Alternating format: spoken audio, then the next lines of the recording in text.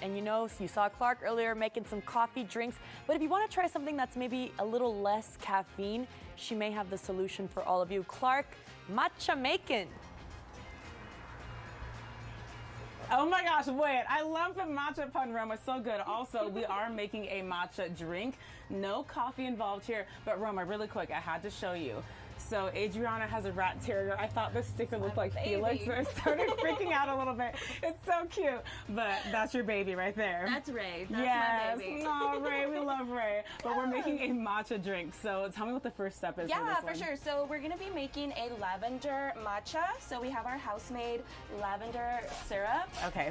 We usually just do 3 pumps. This is our matcha. So I want to know, don't tell me all your secrets, because I know you got a business to run, but to make lavender sweetener, what are some things that people could learn maybe at home when making homemade syrups like that? Yeah, basically the base is just a simple syrup, which is sugar and water. Okay. And then after that, all you do is add some sort of extract. So if you want to do vanilla, you do vanilla extract. You want to do orange, you could do an orange extract. Right, so and then you it's can actually store it. really easy. Yeah, it's super easy. It actually keeps your costs pretty low, so you don't have to buy them. That's awesome. And I don't know, it makes it a little bit more unique because it's like your own flavor. Right, your own concoction. So this is a matcha. Can I whisk it? Yeah, Okay. absolutely. So I love seeing these little whisks. What makes this, aside from the aesthetic, because it's super cute, but why is this a really good way to combine the matcha?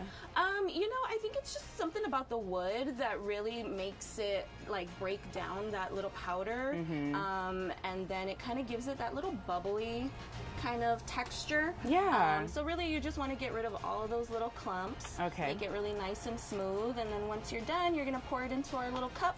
Perfect. And that's basically it. That's an iced matcha latte. We're gonna put a little bit of whole milk in there. Okay. And then we can ice it, but Sounds good. this flavor is actually really good. It kind of gives it almost like a fruity pebble type of flavor, and it's really refreshing.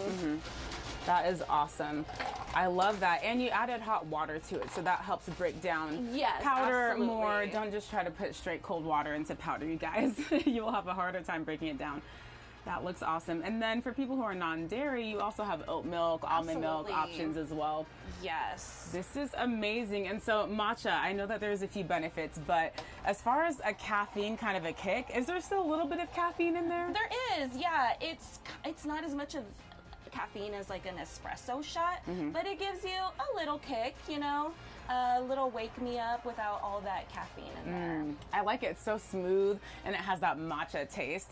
It's not like, the big brand coffee places where the matcha is not really matcha-ing, if you know what I mean. The matcha's a little lighter on the matcha end. Yeah. But I really love this color. If someone wants to come find you or see where you're located, try you out, how can they do that? Yeah, so they can follow us on Instagram or Facebook. We're at Southbound Coffee 210. We're actually located on 246 East Ceballos. We're open every day except Mondays, and we close at 2 p.m. every day. Well, thank you so much for helping me start my Monday off and opening shop so you can hang out with us.